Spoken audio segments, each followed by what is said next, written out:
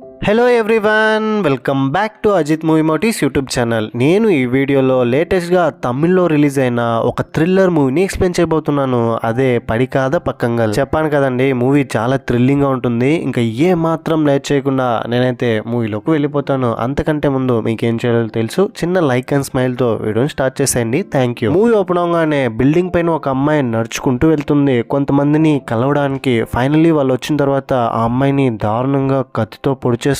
పడికాద పక్కంగల్ అన్న title card తో కోర్టులో శ్రీజ అనే ఒక ఫీమేల్ యాక్టర్, తను చాలా ఫేమస్. తను ఒక భయంకరమైన కేసులో నిందితురాలుగా ఉంటుంది. మొత్తం జడ్జిమెంట్ కోసం కోర్టులో ఉన్న వాళ్ళతో పాటు మీడియా వాళ్ళు, బయట జనాలు కూడా చాలా ఆతృతగా వెయిట్ చేస్తున్నారు జడ్జి గారు శ్రీజ విషయంలో ఏం చెప్తారని.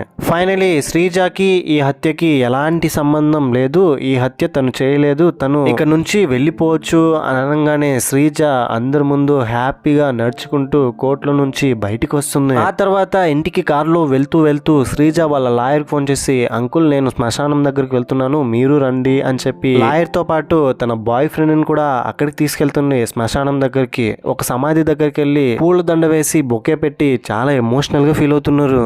అప్పుడే శ్రీజ తన బాయ్ ఫ్రెండ్ కి ఇంతవరకు జరిగిందంతా, అసలు తను ఎందుకు ఈ హత్య కేసులో తను ఇరుక్కుంది, ఇప్పుడు వాళ్ళు పూజ చేస్తున్న సమాధి ఎవరిది, ఇదంతా తనకి ఎక్స్ప్లెయిన్ చేస్తుంది. ఫ్లాష్ బ్యాక్ ఓపెన్ అవగానే శ్రీజ ఫేమస్ యాక్ట్రెస్, తన డేట్స్ కోసం అందరూ వెయిట్ చేసేంతలా తనతో సినిమా తీస్తే ఆ సినిమా ఖచ్చితంగా హిట్ బొమ్మ. అందుకనే తనతో సినిమా కోసమే కాదు ఇంటర్వ్యూస్ కోసం కూడా వెయిట్ చేస్తూ ఉంటారు, తను ఎప్పుడెప్పుడు ఇస్తుందా అని చెప్పి. అలాంటి ఫేమ్ ని, స్టేటస్ ని ఎంజాయ్ చేస్తున్న శ్రీజకి సడన్ గా తనకి బాగా పలుకుబడి ఉన్న ఒక రిపోర్టర్ తనని ఇంటర్వ్యూ చేయాలి అని అనుకుంటాడు. ఫైనలీ తనున్న గెస్ట్ హౌస్ కు వెళ్ళి ఇంటర్వ్యూకి అన్ని రకాల ఏర్పాట్లు చేసుకొని ఇంకొద్దిసేపట్లో తను ఇంటర్వ్యూ చేసే సమయం. ఫైనలీ శ్రీజ కూడా వచ్చింది, తనని చూసి హాయ్ చెప్పింది. ఫైనలీ ఒకరినొకరు ఇంట్రడ్యూస్ చేసుకున్న తర్వాత రిపోర్టర్ ని, ఏంటండి కెమెరామెన్ రాలేదా అంటే, నేనే కెమెరామెన్ అండ్ ఆల్సో రిపోర్టర్ ని కూడా నేను మేనేజ్ చేసుకోగలను అని చెప్పి కెమెరాని ఫిక్స్ చేసి నేను వాష్రూమ్ వాడుకోవాలని చెప్పి వాష్రూమ్ లోపల వెళ్ళి కొంత టైం ఉండి బయటకు వస్తాడు.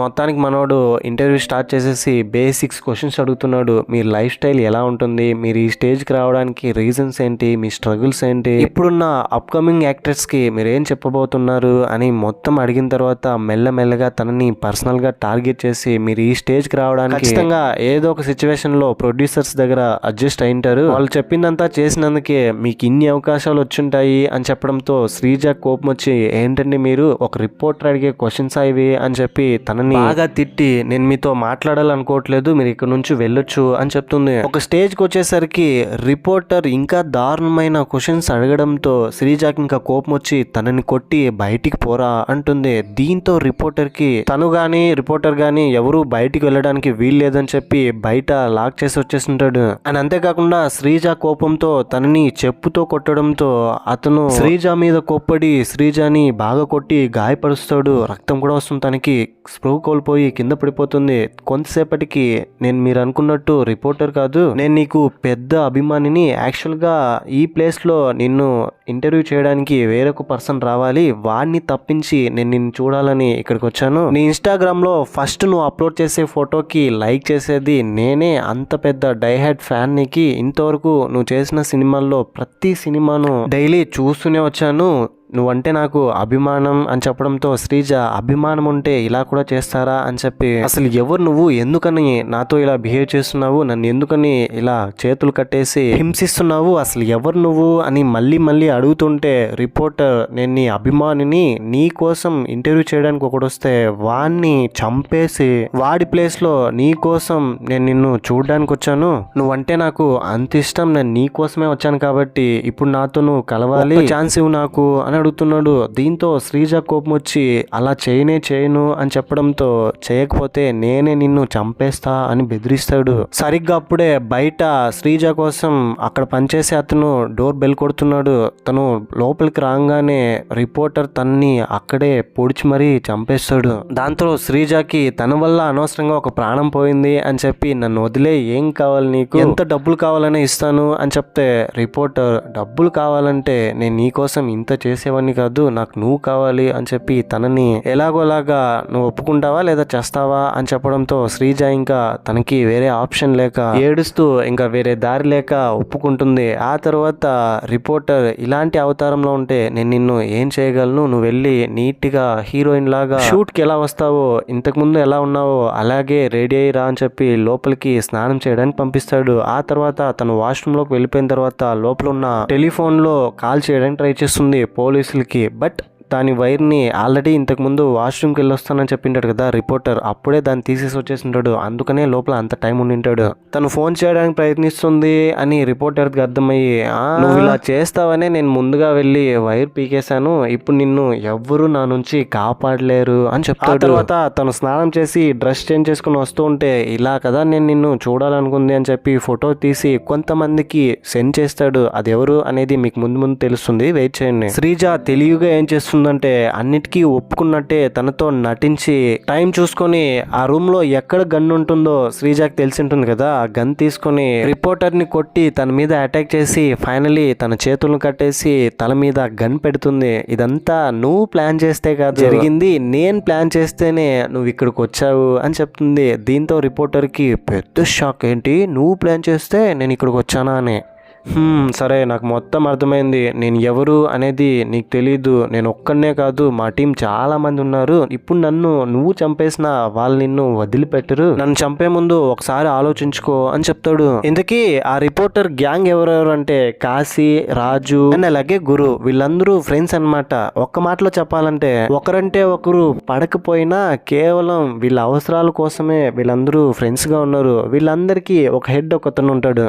వీళ్ళందరూ చేరి అమ్మాయిల్ని ప్రేమిస్తున్నాను అని నమ్మించి వాళ్ళతో కలిసి ఉన్నప్పుడు వీడియో తీసుకొని తర్వాత అమ్మాయిని బ్లాక్ మెయిల్ చేసి వీళ్ళ నలుగురు ఎంటర్ అయ్యి అమ్మాయిని దారుణంగా హింసించేవాళ్ళు. ఇలానే ప్రియా అనే ఒక అమ్మాయిని కూడా చేసింటారు. తర్వాత వీళ్ళందరూ చేరి డిస్కస్ చేసి ఎలాగైనా శ్రీజాని ఇంటర్వ్యూ చేయడానికి మన వాళ్ళలో ఒకడు వెళ్తున్నాడు, అక్కడికి వెళ్ళి తనతో వీడియో తీసి మా అందరికి పంపించాలి అని చెప్పడంతో ఇప్పుడు శ్రీజ దగ్గరికి రిపోర్టర్ గా వెళ్ళింటాడు కదా, తన ప్లేస్ లో ఒక అతను వెళ్ళాల్సి ఉంటుంది, అతన్ని చంపేసి ఉంటాడు. యాక్చువల్ గా వాళ్ళన్న చెప్పినట్టు ఒక అతను వెళ్లాల్సి ఉంటుంది, అతన్ని చంపేసి ఇప్పుడు రిపోర్టర్ గా వెళ్ళిన అతను వెళ్ళింటాడు. శ్రీజ వాళ్ళ అంకుల్ టీవీ ఛానల్ వాళ్ళతో కాంటాక్ట్ అవ్వడంతో కాశీకి సంబంధించిన వాళ్ళే ఇంటర్వ్యూ చేయడానికి వస్తున్నారు అని తెలుస్తుంది. కాశీ అంటే ఎవరో కాదు, వీళ్ళ గ్యాంగ్ హెడ్ ఒక అతను ఉంటాడు అని చెప్పాను కదా, అతనే.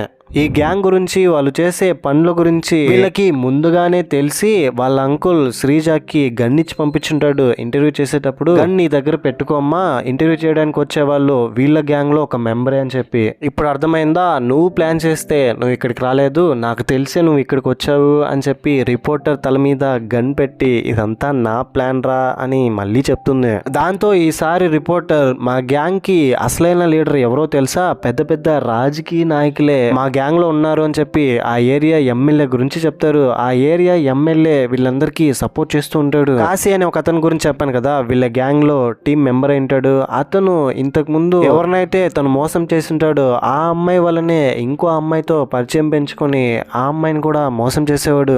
ఇంతకు ముందు ప్రియా అనే అమ్మాయిని కూడా వీళ్ళందరూ ఇలాగే చేశారు అని చెప్పాను కదా. ఫస్ట్ లో ప్రియా అనే అమ్మాయితో కామన్ ఫ్రెండ్ అని చెప్పి తనతో పరిచయం పెంచుకొని రోజు తనతో ఫోన్ నంబర్ తీసుకుని మాట్లాడడానికి ట్రై చేసి రోజు తనని కలిసేవాడు. ఆ తర్వాత కాశీ ప్రియాని ఇంటికి పిలిపించి వాళ్ళ ఇంట్లో వాళ్ళకి పరిచయం చేసి నేను నిన్ను లవ్ చేస్తున్నా అని చెప్పడంతో ప్రియా కూడా వాళ్ళ ఇంట్లో వాళ్ళందరూ తనకి చాలా బాగా నచ్చడంతో కాశీ లవ్ని యాక్సెప్ట్ చేస్తుంది. ఆ తర్వాత వీళ్ళిద్దరూ కలిసి ఫిజికల్గా కలుస్తారు. ఈ టైంలోనే కాశీ వీడియో రికార్డ్ చేసి తన ఫ్రెండ్స్కి చూపించి అప్పటి నుంచి ప్రియాని పట్టించుకోవడం మానేస్తాడు. దాంతో ప్రియా వాళ్ళ ఇంటికి వెళ్ళి చూస్తే ఇంట్లో వాళ్ళ అమ్మ నాన్న ఉండాలి కదా అంటే ఇంట్లో ఎవరు ఉండరమ్మా అని పక్కింట్లో ఉన్న ఆమె చెప్తుంది. దీంతో ప్రియాకి అర్థమైంది ఏంటంటే ఈ ఇంట్లో ఎవరు ఉండరు, ఇంతకు ముందు ఉన్న వాళ్ళు నటించారు, నిజానికి కాశీకి అమ్మా నాన్న ఎవరూ లేరు, అతను ఒక మోసగాడు అని అర్థమవుతుంది. అండ్ అంతేకాకుండా తనతో ఫిజికల్ గా కలిసిన వీడియోని అందరికీ చూపించాడని కూడా తెలుస్తుంది. ఆ తర్వాత కాశీ వాళ్ళ ఫ్రెండ్స్ అందరికీ ఇప్పుడు ప్రియాని వాళ్ళందరితో కలిసి ఉండమని తనని బ్లాక్ మెయిల్ చేసి లేదంటే ఈ వీడియోస్ అందరికీ చూపిస్తాను అని సోషల్ మీడియాలో కూడా పెడతాను అని చెప్పడంతో ప్రియా ఇంకా వేరే దారి లేక ఎలాగైనా ఆ వీడియో డిలీట్ చేయమని చెప్పి ఒక బిల్డింగ్ దగ్గరికి వెళ్తుంది. మూవీ మొదట్లో మీరు చూసారు కదా, ఒక అమ్మాయిని కొంతమంది వచ్చి కొట్టి చంపేసింటారు. ఆ అమ్మాయి ఎవరో కాదు, ప్రియానే. ప్రియా అక్కడికి వెళ్ళడంతో వీళ్ళందరూ తన చుట్టూ చేరి తన్ని చంపేస్తారు దారుణంగా. కట్ చేస్తే ప్రెసెంట్ లో రిపోర్టర్ ఇదంతా చెప్తూ ఉంటాడు శ్రీజకి. శ్రీజ కోపం వచ్చి గన్ తీసి తనని షూట్ చేసి చంపేస్తుంది. గట్టిగా సౌండ్ రావడంతో బయట ఉన్న వాళ్ళందరూ మేడం ఏమైంది అని చెప్పి డోర్ ఓపెన్ చేయడానికి ట్రై చేస్తున్నారు. అండ్ కొంతసేపటికి అక్కడికి పోలీసులు కూడా వచ్చేస్తారు. రిపోర్టర్ గా వచ్చిన అతన్ని శ్రీజ చంపేసింది అని చెప్పి తన మీద కేసు ఫైల్ చేయడంతో పోలీసులకి ఈ కేసుని ఇన్వెస్టిగేషన్ చేస్తున్న ఇన్వెస్టిగేషన్ ఆఫీసర్స్ కూడా పెద్దగా శ్రీజనే ఈ హత్య చేసింది అని ఎవిడెన్స్ ప్రాపర్ గా లేకపోవడంతో ఈ కేసుకి తనకి సంబంధం లేదు అని తెలుస్తుంది. ఇంకో విషయం ఏంటంటే ఈ రిపోర్టర్ గ్యాంగ్ కి సపోర్టెడ్ గా ఎమ్మెల్యే ఉంటాడు కదా ఆ ఏరియాలో, అతను కూడా శ్రీజని లాక్ చేయడానికి ప్రయత్నించినా కూడా సరైన ప్రాపర్ ఎవిడెన్స్ లేకపోవడంతో జడ్జి గారే ఆమెని రిలీజ్ చేస్తారు. ఇదే మొదట్లో చూశారు కదా, కోర్ట్ బయట నుంచి ఒక కేసులో తన తప్పు ఏం లేదని బయటకు వచ్చేస్తుంది, హత్య చేయలేదని. అది ఈ కేసే. కట్ చేస్తే ప్రెసెంట్ లో ఇప్పుడు జరిగిందంతా శ్రీజ తన బాయ్ ఫ్రెండ్ కి అంకుల్ కి వీళ్ళందరికీ ఎక్స్ప్లెయిన్ చేసి నేను చేసిందంతా కరెక్టేనా, నేను ఇదంతా నీకు ముందే చెప్పిండొచ్చు కానీ ఈ ప్రాసెస్ లో నీకేం ప్రాబ్లం రాకూడదని నేను నీతో చెప్పలేదు అని తన బాయ్ ఫ్రెండ్ చెప్పడంతో తను నువ్వేం చేసినా ప్రూఫ్స్ తో చట్టబద్ధంగా చేసిండొచ్చు అంటే ప్రూఫ్సా, ఇప్పుడు ఉన్న సమాధి ఎవరిది అనుకుంటున్నావు, ప్రియాది. ప్రియా ఎవరో కాదు నా సొంత చెల్లి, అందుకనే నేను అంకుల్ ఇద్దరు ప్లాన్ చేసి నా చెల్లిని ఇలా చేసిన వాడిని చంపేశాము అని చెప్తుంది. దాంతో శ్రీజ బాయ్ ఫ్రెండ్ కూడా తను చేసింది రైటే అని అనిపించి తను ఒక పోలీస్ ఆఫీసర్ అయి ఉంటాడు. వీళ్ళ గ్యాంగ్ గురించి వీళ్ళు చేసే దారుణాల గురించి పై అధికారులకి ఎక్స్ప్లెయిన్ చేసి వాళ్ళని ఎన్కౌంటర్ చేయాలని చెప్పి లెటర్ తీసుకొస్తాడు. ఇది శ్రీజకి చూపిస్తే చాలా హ్యాపీగా ఫీల్ అవుతుంది. ఈ మాత్రం దానికి నువ్వు ఎంత రిస్క్ తీసుకున్నావు తెలుసా, అది కూడా నీ యాక్టింగ్ కెరియర్ పీక్ లో ఉన్నప్పుడు. నేను వాళ్ళని వదిలిపెట్టను, చంపేస్తాను అని చెప్తాడు. ఆ తర్వాత ఆ ఏరియా ఎమ్మెల్యే శ్రీజ మీద కోపంతో శ్రీజని అలాగే శ్రీజ బాయ్ ఫ్రెండ్ ని ఇద్దరిని చంపేయాలని చెప్పి మొత్తం గ్యాంగ్ అందరినీ శ్రీజ ఇంట్లో ఉంటే శ్రీజ మీద అటాక్ చేయడానికి పంపిస్తాడు, తనని చంపేయమని చెప్పి. సరిగ్గా అప్పుడే శ్రీజ మీద వీళ్ళందరూ అటాక్ చేస్తూ ఉంటే తన బాయ్ ఫ్రెండ్ అక్కడికి వచ్చి వాళ్ళని ఆల్రెడీ ఎన్కౌంటర్ చేసుకోవచ్చు అని లెటర్స్ పాస్ చేసింటారు కదా, మైండ్ లో పెట్టుకుని వాళ్ళ గ్యాంగ్ లో ఉన్న వాళ్ళందరినీ గన్ తో షూట్ చేసి చంపేస్తాడు. గాయాలతో ఉన్న శ్రీజని హాస్పిటల్ తీసుకెళ్తాడు. ఇంతటితో శ్రీజ అలాగే శ్రీజ బాయ్ ఫ్రెండ్ ఇద్దరు హ్యాపీగా ఉంటారు. Happy ending. మూవీ కూడా ఎండ్ అయిపోతుంది. ఈ మూవీపై మీ ఒపీనియన్ ఏంటి, నా ఎక్స్ప్లెనేషన్ మీకు ఎలా అనిపించింది అనే దాన్ని ఏదో ఒకటి కింద కమెంట్ బాక్స్లో నాతో షేర్ చేసుకోండి. ఈ మూవీ స్క్రీన్ ప్లేలో కొన్ని ఇష్యూస్ ఉన్నాయి, వాటిని రెక్టిఫై చేస్తుంటే మూవీ చాలా బాగుండేది. ఎనీవే, ఇలాంటి కైండ్ ఆఫ్ మరిన్ని ఇంట్రెస్టింగ్ మూవీస్ ఎక్స్ప్లెనేషన్ వీడియోస్ కోసం మన ఛానల్ని సబ్స్క్రైబ్ చేసి బెల్ ఐకాన్ క్లిక్ చేసేయండి. ఇంకో వీడియోతో మీ ముందుంటాను. అంతవరకు హ్యాపీగా ఉండండి, సేఫ్గా ఉండండి. Thank you. జై హింద్.